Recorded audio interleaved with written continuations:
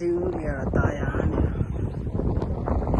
ယ်ကောင်းစိတ်ဆိုးတယ်ကျေကျူမှာလူဥပေါဆိုရင်တာရတယ်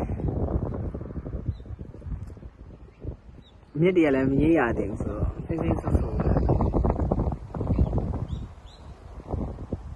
ရှေ့လျှောက်တော့ပူတော့မှာပါလေအခုကတော့နေလို့ထိုင်အောင်ကောင်းသေးတယ်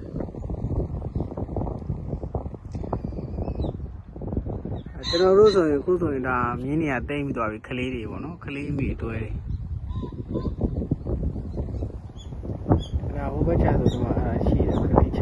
ခလေးမိအတွဲတိမ့်ရတယ်ဟိုမြင်းရလာတော့မသိဘူးနည်းနည်းဝေးတော့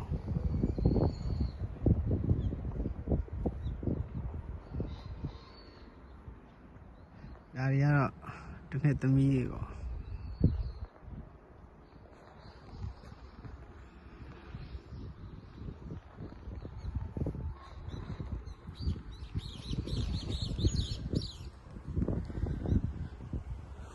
ကိုရီးယားမှာဒီချိန်ပင်လယ်ကမ်းခြေတို့တောင်ပေါ်တို့တက်လေတအားပါရလှ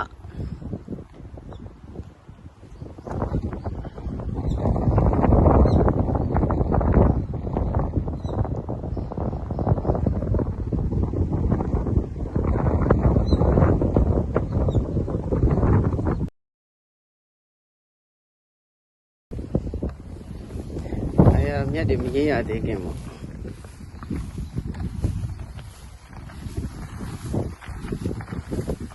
ဒီစားနိုင်မှာမြင်းနေတယ်ကဒီကျွန်တော်တို့တွေကြတော့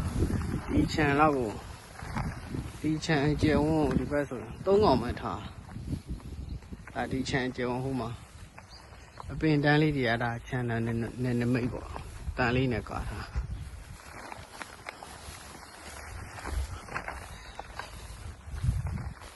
ဒီ3កောင်နဲ့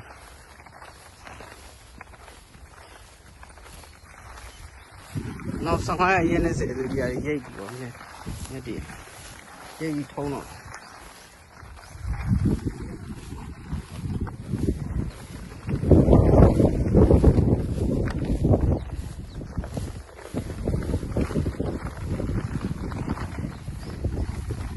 ီလိုမြက်တွေရှည်သွားကြတော့ကြီးတွေပါတယ်ကြတော့ကျွန်တော်မမြင်ရတော့ဘူး